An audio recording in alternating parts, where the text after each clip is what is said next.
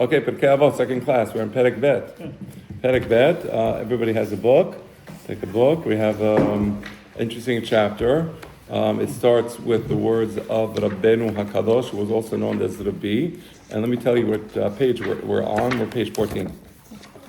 Okay, 14, so Rabbi. So we're going to go to Rabbi. Rabbi was the famous Rabbi Yehuda HaNasi, who, after the destruction of the Bet HaMikdash, a generation passed, when there was a Bar Kokhba revolution, horrible times for the Jewish people. But then, years later, comes Rabbeinu HaKadosh, and things were good. Things calmed down in Israel. Rabbeinu HaKadosh had a very good relationship with the Romans. There's a famous Roman Aurelius Marcus. Who's that book that Shalom, the one that IQ reads all the time? Marcus Aurelius. Marcus Aurelius. Apparently, he was a Roman emperor at the time, and Rabbeinu HaKadosh had a good relationship with him. Because of that, there was peace in Israel, and because there was peace in Israel, there was prosperity in Israel, and because there was prosperity in Israel, it was a time of tremendous productivity by the Chachamim. And what happened in the days of Rabbeinu HaKadosh, and Rabbeinu HaKadosh was the one who did this, was he gathered all the Chachamim and they edited the Mishnayot, which means they took the Torah Shebe'al Peh, they took the oral law, and they changed it into a fixed format called the Mishnayot. There wasn't a Mishnayot before that. He's the one who transformed the Torah Shebe'al Peh, which is the oral law, which is not a fixed format. It was basically, you taught whatever you wanted, anything you wanted to teach, in your own language, in your own manner, in your own style. Comes to Rabbeinu HaKadosh, he says, here's the Mishnayot. The Mishnayot will now be the Torah Shebe'al Peh that everybody studies, and from the Mishnayot eventually we also had the Gemara. That was later on, but Rabbeinu HaKadosh was the one who formulated the Mishnayot together with the Hachamim of Israel at the time, which proves something very important. Money is important. Prosperity is important. In good economic times, there was a lot of Torah productivity. So Rabbeinu HaKadosh was also considered one of the great leaders of Am Yisrael, and we're going to read what he has to say. Rabbi Omer, here's his words. When a person wants to choose and consider what type of path, what type of road do I want to travel in my life, right? So for example, there's some people who are very aggressive. So their mannerisms are aggressive. They're never willing to give in. They're never willing to give up. They're always in a fighting mood.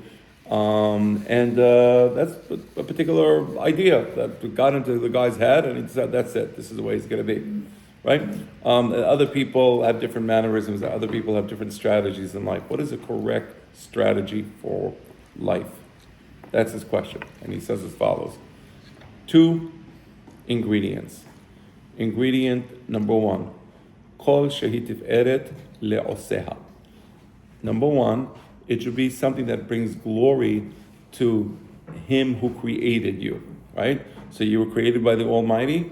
So the first consideration, there's 2 considerations. The first consideration is to choose something that brings glory to the Almighty, meaning you act in a way that conforms with the laws of the Torah. I'll give you an example. This week we have Parashat Kedoshim. So Parashat Kedoshim, what does it take to be holy? It has a whole long list of mitzvot. So a whole long list of mitzvot, and these mitzvot, they constitute the cluster of kedusha, what we call holiness. By the way, most of the mitzvot, if you look at the parasha, most of the mitzvot are actually mitzvot ben adam l'chavero. Interesting that we associate kedusha with mitzvot ben adam l'chavero. I'm not saying exclusively, but many of the mitzvot are ben adam l'chavero. So he says, you should do something that brings glory to God, meaning act in a way where God looks at you and He says, beautiful, Hazaku Baruch, I love this behavior. That's number 1. But that's not... I thought it was a person himself. The one... Well, there's 2 explanations. There's Tiferet Le'osa, Tiferet Le'osa. I chose one of the explanations. Okay, but there's another explanation as well, Tiferet Le'osa. Yes. The Tiferet Lo Min Ha'adam. And the second... So there's 2 things. The second thing is should be glorious to man. Okay, so... What does that mean? So let me explain to you. I can be very religious and very observant, but I do it in a rude fashion, right? So I use religion in a way to be rude to people. I use religion in a way to act arrogantly to people. But you're less religious than me, so I'm not gonna, right? that's not a glorious way. When people look at that individual, now that individual may be acting in a way which conforms with the Torah, and you go, okay, I'm doing everything right, but you're not conforming with the people around you. The word conforming is not proper. You don't look good to the people around you. I'll give you an example, and I believe I said this once. So I was a rabbi in Israel, and one of my congregants came to me, very, very nice person. He was an older man. He was a truck driver, close to 60 years old when he came to me. And he had a young child who was just going to yeshiva in Bnei Brak. And one of the first things that a student learned is that he should not be with his parents on Shabbat. So now you say, okay, wow, that's wonderful. Look how religious he is. He's, very observant, very, shomer Torah mitzvot. He doesn't even want to be with his parents. The problem with that is that it's not something that brings glory from the perspective of the parents or the perspective of the people around who see the son who's being an ingrat to his parents and, by the way, not respecting them, not doing kibbutz abayim. So the son felt very good about himself, and the Rosh Hashiva, I'm sure, felt very good about himself. But this is not something that brought glory from the perspective of others. If anything, it brought ignominy, and it was a very unpleasant situation, especially since the family were Shomrei Torah Mitzvot themselves. They just, I guess, weren't religious enough for the Rosh Hashiva, so he felt he needed to distance the son from his parents. So you see the idea of, it's not enough to do something that's religious, and I want to be extra religious. That's wonderful, be extra religious, but don't do it in a way that's insulting or rude to the people around you. So tiferet li al seha, that's one thing, but tiferet lo min adam, it's sometimes you have to find the right balance. It's not always easy to find the right balance, but that's the correct path. You understand the idea of Rabbeinu HaKadosh? So the idea of Rabbeinu HaKadosh is a very, I think, sober idea.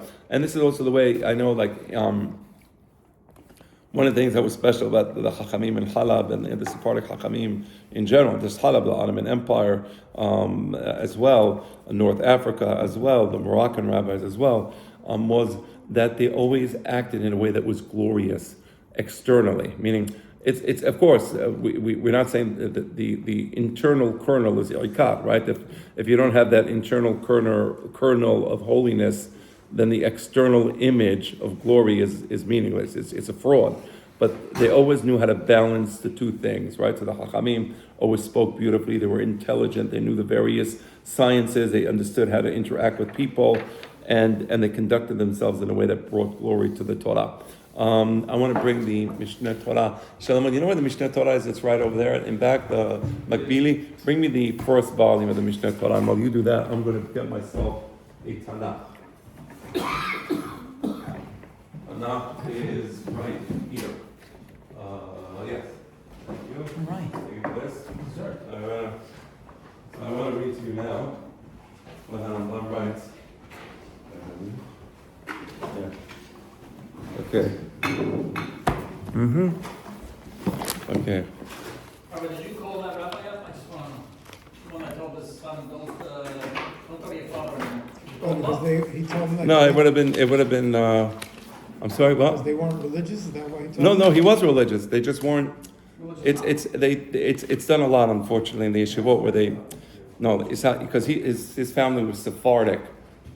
They're Ashkenaz. That's different. You understand? They're like Haredi Ashkenaz. So it's a very inappropriate to say. It's an anti-Torah, by the way, meaning it's forbidden for a person to cause children to go against their parents. Of course, right? Of course, that's the case. I mean, you all understand that intuitively. But unfortunately, this happens a lot. And I didn't bother calling up the rabbi, the Rosh Hashiva, because it would have been just, unfortunately, would have been a waste of my time and a waste of his time. But I did speak to the son and told the son that he has an obligation of kibbutz abayim. That yes. I want to read to you what Rambam writes in Ilchot Yesodei Torah, Pirqe Halacha Yud Aleph. At the end of Pirqe, Rambam writes the following. Right? There are certain things that desecrate the name of God.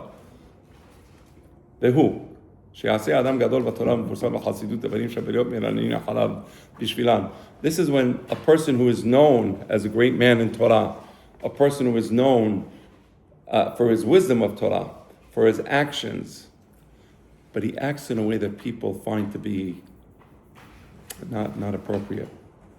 Even if it's not specifically an Averah. sometimes, you have to be sensitive to the people. You can't speak in a way that insults them, Unfortunately, there's some of that, for example, when some of the rabbis, some of them, of course, minority, but they speak against the boys in the army. It's extremely insensitive, to say the least. I mean, it causes tremendous agony to the parents of the children who, didn't leave the battlefield because they died, right? So this is a chilul Hashem, of course. So is there a mitzvah that's a halakha that says you should not speak against the army? No, there's no halakha that says it. But you, as a rabbi, as a chacham, you have to be sensitive to what you're saying. I mean, and not to mention the whole thing it's incorrect. That we put on the side the fact that they were incorrect. But even if they were correct, you're not supposed to be insensitive to people's feelings, right? For example, he goes to a store and he tells the guy, "I'll pay you later." He never pays. He should pay immediately. Allah has to pay immediately. Of course, if he has, not if he doesn't have. The guy's poor, he doesn't have money. But if the guy has money and he's like taking advantage of the fact that he's a rabbi to abuse. You understand? He's abusing people around him because he feels, the rabbi can do whatever he want to do. That's no. He's a glutton in the presence of people. He's eating and drinking alcohol, and acting in a way that is not becoming of a person of that stature. Right? Again, you have to be careful not to overdo it. Let's say, it's one thing to be friendly with people. It's another thing to go to a party and get drunk. Right? It's not appropriate. Right? He speaks in a way that's not pleasant to people. He's rude. He uses abusive language, right? Is anything wrong? Is anything okay? Always, you should try to be friendly, always happy face, if possible. He's always fighting with people. He's always politics in the synagogue, this, that, right? And the greater the Chacham, the more he has to be sensitive, not the less. You hear what he just wrote? I mean, he's a greater Chacham, so he has to be more sensitive and more careful not to offend and not to hurt people's feelings. Is he addressing a Chacham and not just every Jew? He's saying that, no. He's saying because the guy is a Chacham and because a person represents the Torah, he has to be cognizant of the way people perceive him. Mm-hmm. And then if he acts in a way that is unbecoming, he's not just desecrating his own name, he's desecrating, God forbid, the name of the Almighty. Right? Okay. I found that any time that I have felt somehow, maybe a little insulted by a rabbi, I felt like it's like 100 times worse. Present company excluded? Never by yourself, you're a tzaddik, but I'm saying, thank you. Any time that I have felt insulted by a rabbi, like I remember in high school, this kid, he had a seizure and he passed out, and I was trying to help him, and so I ran to the administration. I'm like, somebody was passed out. Yeah. So I'm holding the kid, and then the rabbi and comes with another rabbi, and he says to him, he's pointing to me, Ma shoter zeh oseh, like that. Now I was maybe 15 at the time. I never forgot that. Wow. So the point is that because he was a rabbi, yeah, it affected you exactly. Yeah. You're like, what's going on? Like, doesn't make sense. It's a true story. I wouldn't know the word shotem myself. Right. Anyway, so I just feel like if they when they do things like that, if they insult you or they somehow put you down or they're arrogant, I feel like it's 100 times worse than a regular person. Yes, I agree. Much worse, and it's like ingrained. It's like emblazoned in your brain when it happens. It just never goes away. Yeah. It's sad, but it's true. There's a certain, I've seen some. It's a minority, but some. Yeah, there is a certain aggressiveness among some that is not becoming. I was a teacher in Flatbush, as you know, and for about a year and a half, and then we parted ways. But I remember once there was like one of those like high school party thing where people had to paint themselves. I don't know what, maybe. So one of the kids came in with painted hair or something like that, and then the rabbi came to him and he said, "You can't put on tefillin." Like the kid was like almost crying. You want to put on tefillin? You can't. That's it, because his hair was painted and it's chatzitza. And I tried to explain to the rabbi that this is a Sephardic boy, and there's no law of chatzitza, that even b'diavad, if a person, let's say, puts on a hat, and he puts a tefillin shalosh on the hat, yasai de chovato, it's a Shulchan Aruch meforash. It didn't really interest him. I'm sorry to say it. So it's a problem that sometimes us rabbis have. We don't always conduct ourselves in a way that is becoming and appropriate, and I've seen it, and it causes me pain. And that boy, I'm sure he came out very, you said you remember it? That boy came out injured from that. I could tell. He was like, the rabbi is not letting me put on tefillin. Just let that sink in for a moment. Then later on, when I became a dentist, Yeah. another story, unfortunately, also at the yeshiva of Flatbush. A kid, he got one of the thinking of rabbis Flatbush. upset. He got That's one of the some Megan rabbis stories, upset. you know? Yeah, I don't know. I'm sure, but like Flatbush is a great school. Magen David is a great school. Barkai is a great school. They're all great schools. I'm not mentioning These it, are like but very. the rabbi I know. takes his head and smashes his face into the table, Oy. and his parents bring him into my office Oy. with 2 fractured front No teeth. way. Yeah, How long ago was this? this is about 25 years ago. Oh man, Elohim Shmor. Why? Office. But anyway, the parents were one of the fathers was a board member, Yeah. so they did try to protect this rabbi from having his career Smashed. Yeah. Rabbis have to Shmor. be a lot better than the rest of us. But doesn't it send a bad message saying, like, if you're not a rabbi, you don't have to abide by these No, standards? we don't say that, but we are saying that, first of all, V'ahavta le'arecha kamocha applies to everybody. And the laws of Sever Panim Yafot applies to everybody. But we also recognize that in Judaism, if you are a man of greater stature, it brings greater responsibility. It's not the other way around. In many religious systems, Yeah. and like if you go to a cult, but it's the opposite, because you're above everybody, you can get away with what you want to get away with. And you see this in some religions as well, without going into details. Okay, let me read now the opposite. Okay, now let's read now. Until now we were a bit negative, and I apologize for that, but let's read now the positive. On the other hand, if the Chacham, he speaks beautifully with people, he said, he understands, so you need to understand, I'm not a big sports fan, but I know that sports is a big thing in our society, in our culture, and I try to kind of follow what's going on just so I can kind of be part of understanding the people around me and understanding what's happening, right? He knows how to greet people in a pleasant fashion. He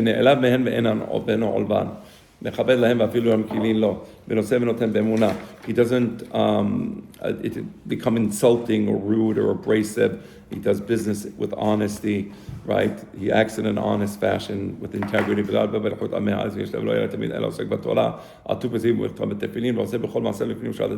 Whatever he does, he imposes more upon himself than he would impose upon others, right?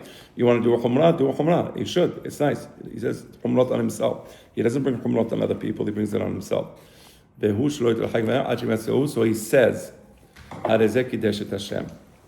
this is Kiddush Hashem. And on this, the Pasuk says, Vayomer li avdi ata Yisrael asher becha et pa'ar. Now it uses the same word here. Tiferet et pa'ar. God said to me, you are my servant, Israel. I find glory in you. So you understand the idea of finding glory in the person. So now you understand what the Mishnah is talking about.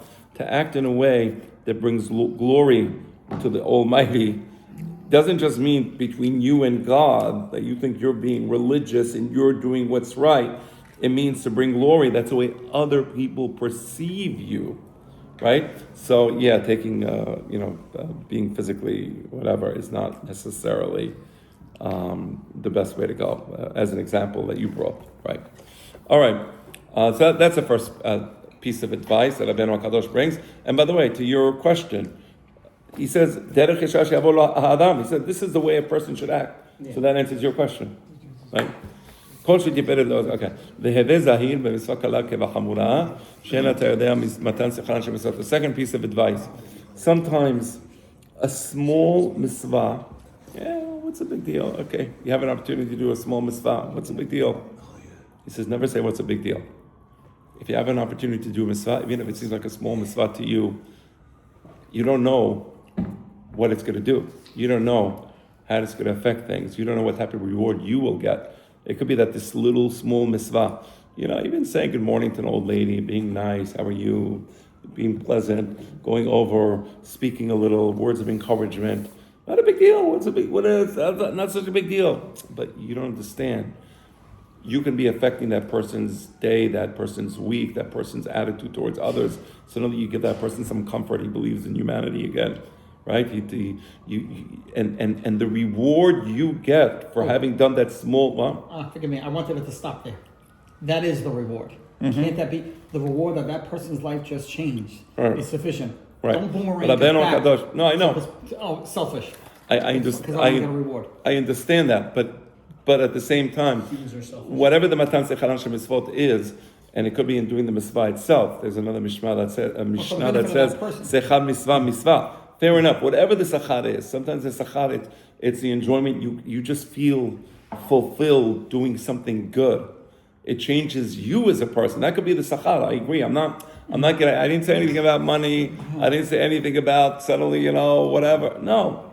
Whatever the sachar is, and the sachar oftentimes is that you feel a sense of inner contentment that you can't get from other things. When you give to others and you do a mitzvah, you do something simple. I was once walking with my grandfather was a Sadiq Yesod Olam, Saba Shlomo, upon my son Shlomo's name. My maternal grandfather used to live in Haifa, so he lived by the Shuk in Haifa, a very poor area, but there was all the Sephardim were there, that beautiful synagogue. It was the best. I'm sorry? No, nothing. I was having a The feeling. sirens. What's going I'm on? distracted. Oh, okay. That's his... Well, could be there. I don't know. Whatever. Go ahead. Sorry. Go ahead. Yeah. Go ahead. That's okay. Yeah. So we were once walking in the shuk, and we went by the area where they do shahita, and somebody did shahita on a chicken, and my grandfather noticed that the shohait didn't do kisur hadam. We were just walking. I did it on the spot. Very simple mitzvah, nothing. What is a mitzvah? But it's I said the oraita. Kisur hadam. Do you know what the reward is? Kisui Hadam? Yeah, when you do shahita on a hayya is a non-domesticated animal, not a cow, not a sheep, not a goat, but let's say a wildebeest or something a little more wild, right? A gazelle, maybe. I think a gazelle is kosher, if I'm not mistaken. Okay, a kosher wild animal, you have to do kisui hadam. Also, when you do shahita on a bird, like a chicken, you have to do kisui hadam. It's misvat aseh de oraita. Right? Covering So you take soil and you cover the blood with the soil. That's kisui hadam. That's misat said the oraita. Regular shahita of a behema, a domesticated animal, cow, sheep, a goat, you don't have to do kisui hadam. Only for a wild animal and all. So it's like a very simple mitzvah. But I remember seeing it. I say, wow, one mitzvah, and you just could have turned the moznaim. You could have turned the scales of the world. That one teeny little mitzvah, suddenly you shifted the thing and you brought barakah to the world. Who knows? Who knows what the mitzvah did, right? But that's what Rabbeinu Kadosh is saying. Never look at a small mitzvah and saying, that's too small, I'm not going to do it. Because you don't know what you're doing. You don't know. You know what it says about, the Gemara says about Kibud Ava'im and Shiluach HaKen. Kibud Ava'im is the most difficult mitzvah in the whole Torah. No more difficult mitzvah. Why? I like the way you say shit. And I tell you, you don't even know what you're doing. You don't realize what you don't know what you do. You have no idea. And I tell you that because we don't know what the sachar is exactly, but you don't realize what the what the repercussions are. You did Kisur Hadam, the dam was exposed, you're in Eretz Yisrael, the Shekhinah sees it. Who knows what's going to happen? So only comes a Sadiq, he covers it, I don't know what you just did. I don't know. Right? But the point of the Gemara is that the most difficult mitzvah in the whole Torah is Kibud Ava'im. Really, very difficult mitzvah. It's with you the obligation to respect your parents follows you from the moment you're a child all the way till you're old, and they're getting older and older, and you have more and more obligations. As you're getting weaker and weaker, and they're getting older and older, you have more and more obligation to take care of them. It's a very difficult mitzvah, right? And it says that if you do that, you get arichut yamim, right? And the simplest mitzvah in the Torah is shiluach haken. You want to take the eggs, catch the mommy, send it away, and then you can take the eggs. Okay, shiluach haken, simplest mitzvah in the Torah. How hard is it to send the mommy bird away? And it also says Arichut Yamim in that. Arichut Yamim Kibud Avim, Arichut Yamim Shloach HaKen. How can that even be? But does that even make sense? A 1 second mitzvah versus a mitzvah that lasts, I don't know, the parents live 100 years and they had you when they were 20. 80 years. You're 80 years old, have to do Kibud Avim, and you can bring that to Shiluach HaKen? How can that even be? That doesn't make any sense. That's what the Torah says. That's about Kibud Avim. Leman Yarichun Yamecha, right? And about Shiluach HaKen. So the point is, we don't understand. Wait, no, Leman Yirbu Yemechem is talking Is in the Kiryat Shema. And It's it's in Kibud talking Avim. Kabel Tavicha Vet Amecha Leman Yarichun Yamecha Al Ha'adama. That's in Aseret Deberot. And the Kiryat Shema, Leman Yirbu Yemechem Mimebelechem. is. Okay, so we're picking up on that pasuk, which is. Oh no, Leman Yirbu Yemechem Mimebelechem is about Kibud Avim. Good. So I just. But no problem. Take the peshat. Kabel Tavicha Vet Yes. Amecha Leman Yarichun Yamecha Okay. Al Ha'adama. And then it says, Shaliach Teshalach Ta'am Et Abanim. Shaliach Teshalach Et Ta'am Et Abanim Tikach Lach. Leman. I'm sorry, Mechila. I can't be without knowing the pasuk. Okay, Leman Yitablach Veharach Tayamim. I think that's the pasuk. But let me just see if I was right. Leman Yitablach Veharach Tayamim. It says, right? Leman Yitablach Tayamim. I was right. Okay. Right? Leman Yitablach Veharach Tayamim. Okay. In Kabevet Avicha Vetemecha in Pirashat Yitro, I like knowing that. I just don't like misquoting pesukim. So Mechila, that I'm being a little this. I always want to quote the pasuk correctly. Yeah, you're right. Kabedet avicha vet imecha leman yerichun yamecha al adama she'al ha'irichan telach. I did not quote this correctly. Kabedet avicha vet imecha leman yerichun yamecha al ha'adama she'al Adonai elecha noten So lach that's that. And the Kiryat Shema, what's right before leman that? yirbu yemechem yim. No, we know that from the Chachamim. The Chachamim tells leman yirbu yemechem yim velechem. It's referencing Kibud Avim. Exactly. Even though maybe the pasuk right before was talking about something. It's talking else. about mezuzah. Uchtatam zvotecha v'shalecha. Yeah. Okay. Okay. Yeah. All right. So, but the point is clear, I think. Let's continue in the Mishnah. So now a person has the opportunity to do a mitzvah. It's hard. I'll give you an example. A difficult mitzvah is writing a Sefer Torah. Every person has an obligation to write a Sefer Torah. So you say, whoa, hold on 1 second. You know how much it costs to write a Sefer Torah nowadays? You want the Sefer Torah with the case? I think, correct me if I'm wrong, about $50,000. Am I exaggerating? I think you're in the ballpark. Yeah, right? That makes sense? About 50,000.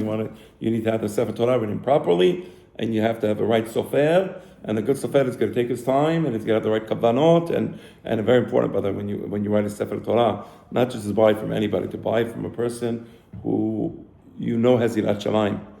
You make one mistake, you have to rewrite things, right? You don't write the name of God, the kavanah, you don't write the kavanah. There's certain kavanot you have. Leman kedushat Sefer Torah, you write the name of God.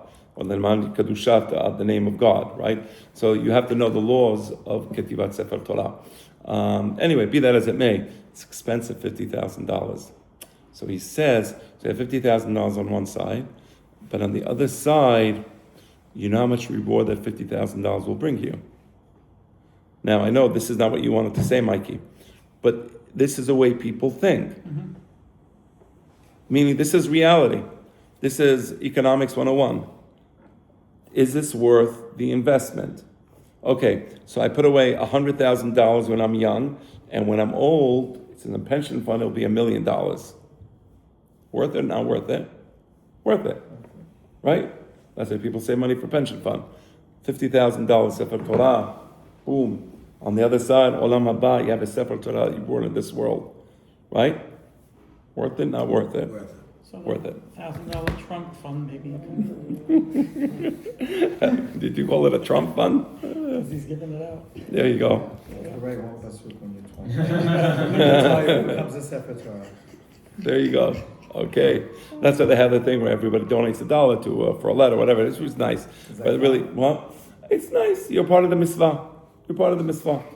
That's, whatever you can do, that's what you have. That's what you have. You don't have $50,000. You can't write a $50,000 check. Give some money and be mishtatef in the mitzvah of writing a Sefer Torah, together. That's also, yes, for sure. Without you, they couldn't have, meaning, let's say I write a Sefer Torah, I come to you, and together we raise the money, we write a Sefer Torah. I couldn't have done it without you, couldn't have done it without you. You know what I'm saying? Right? It's all of us together. So we all get the reward. All right. Uschar avera keneged hefseda. And then the opposite is sechar avera. So a person now goes to a non-kosher restaurant, he's going to eat the steak, and this is the best steak. What is it called? Peter Luger's? It's like Yeah. did I get that right? I keep hearing Peter Luger. That's Peter Luger, the best steak. I've never ate it, but I'm told everybody says it's the best steak, so it must be the best steak. Because everybody says so. Okay, no problem. So the Peter Luger steak, and then what's a good kosher steak? Prime grill? Prime grill? Yeah, it's pretty good, no? I don't know, I'm putting it out there. Whatever. Prime grill, they have Wagyu steak. Have Wagyu? Okay, whatever. So I have Peter Luger, 100 out of 100. The prime grill, let's say 90 out of 100. This is an experience. I can't go to Olam Haba without having experienced Peter Luger steak. Okay, no problem. I'm kidding. But for some people it's important. So Peter Luger steak. So what is the differential between the prime grill and the Peter Luger? 10. It's a 10. What, that 10, you're going to lose a lot. I got to go. Bar minan. You know what type of Elohim Mishmor a person eats on kosher? It's a price to pay. A price to pay. It's not for free. Nothing is for free. Right? There's no free meal. There's no free meals. So he says, don't just look at the pleasure that you're going to be getting. Look at the price that you're going to be paying for that pleasure. So the pleasure, you put the steak in your mouth. Ooh, that was really good. Okay, pleasure's gone. But now, God forbid, Elohim Yishmor. Why? What's going to happen to that person now? It's not a good thing, right? So always look at the Avera. He's not looking. Crap, I got his phone. Okay, I got a phone. I just got a free phone. You just lost 5 phones. That one free phone is going to cost you 5 phones. That's in a good case scenario. So there was once a Sadiq that went to Bet Din, and the Pele always brings the story, and he had a colleague who said that he owed him money, and the Sadiq was convinced he didn't owe him money. So finally, he took him to court. Reuven took Shimon to court. Shimon is a Sadiq. Reuven, he owes me money. A big argument, business, partnership. Okay. They go to the Dayan, and the Dayan studies the papers, he studies the thing, they have witnesses, edim, back and forth, arguments. The Sadiq said, I don't owe the guy a penny. He explains his position to the Dayan, and Dayan's finally, after deliberation, he says, no, you owe him money. He's right. You owe him money. And the Sadiq told the Dayan, I want to thank you. You're right. And this money had I not paid it, it would have been a curse for me. So I'm paying it, but I want you to know I'm paying it happily because it's not mine. I don't want this curse in my pocket. You understand the idea? To have a curse, but we don't want a curse in our pocket. Right? So if I steal a phone, but God forbid, not me, somebody steals a phone, it's a kelala, it's a me'era. It's in his pocket, and he has it, and it's a curse. And it's going to cause him pain and suffering. So the Sadiq said, thank you, I appreciate it, I was wrong. Now I see it, and I didn't realize I had this money that doesn't belong to me. Okay, so that was that. So that was the second thing. Again, the first thing was act in a way that brings glory to the Almighty, brings glory to yourself, of course, brings glory to the Almighty, as we explained. That was the first thing. The second thing is, if you have a small mitzvah, don't think it's a small mitzvah, it's a big deal. Say good morning, not say good morning. Say good morning. Give the ani that little whatever, good feeling. Whatever you do, kibud avayim, visit your parents. Go do the smallest thing, kibud avayim. Makes them feel so happy. The smallest thing you do for your parents, and they're like ecstatic. Oh my gosh, wow, they're mabsut, right? That's so small mitzvah. It's like not then. If you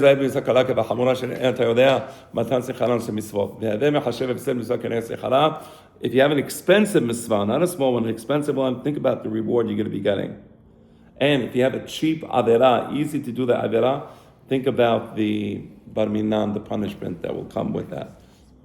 One more thing. We're almost done with the Ben Kadosh, and this will be the end of the class for tonight. The Hefsed mitzvah, you brought down a case of, I guess you're spending a lot of money. And then, right? Hefsed, no, all right, exactly. Hefsed mitzvah means what it calls you to do the mitzvah. right? And the reward you get, lula, geretzolog, arba minim, I don't know, that's a little expensive, right? You got arba minim, you want to buy arba minim for Sukkot, it costs money. You want to buy Sukkah for Sukkot, it costs money. There's a lot of things that cost money. It's the truth. There's no way. You send your kid to yeshiva nowadays. What is the latest yeshiva book? Does anybody know? It's like 46,000. Right, something like that, right? Yeah, something like that. It's a lot of money. I mean, that's like, Buy Sefer Torah every year. you can buy Sefer Torah every year, okay? Oh, but here you're causing your kids to be strengthen them in Torah and Mitzvah. 100%. It certainly feels like it. 10. You take it from that's the 10% right there. No, it's more than 10%. I know, but I'm saying like people say, "Oh, I have to give 10%." You have children in yeshiva, you're giving 10%. Yeah. Yeah. Even it could apply to also not necessarily monetary. Have something. So you didn't walk the lady across the street. You didn't Yes. do the act of chesed. It's a challah you potentially could have had. For you, for them. What a disparity. Yes. You know? Yes. Okay. Exactly. The smallest things we do make the biggest differences. And finally, there's 3 things you should always look at. And these 3 things are all connected with one thing. 3 things connected with one. Da ma lemala mimach. Always realize there's something above you. What's above you? Ayin Ra'ah, the eye of the Almighty. He sees everything, right? Says the Navi Zechariah, the eyes of God are traveling around throughout the earth. He sees everything. Ayin Ra'ah. Number 2, Ozen Shomat. The ear hears everything, not just what you're saying, but what you're thinking. Hanota Ozen, Halo Yishma. God planted ears in our heads. Do you think He doesn't hear? He hears, and it's out with sound waves. Okay. And finally, the last thing is, whatever you do is written in a book. You can't escape from what you did, unless you make teshuvah. If you make teshuvah, that's fine. That's also written in the book. The person Bar Milah goes to Olam Haba. He goes to Olam Haba. He didn't make teshuvah. You can't escape what you did, right? We all have to be held accountable for what we did. And when the Yom HaDin comes, we're judged exactly and precisely as we should be judged. It's all there written in the book. So these 3 things equate to one thing. There's something above us. So act accordingly, act properly. Gentlemen, any questions? Of course, Yes? anthropomorphic, obviously. Oh, of course, God forbid, anybody should think that God has eyes or ears or this. Of course, He's above anything that we can even understand. His reality is a different type of reality, yes. We know that. Thank you, I appreciate that.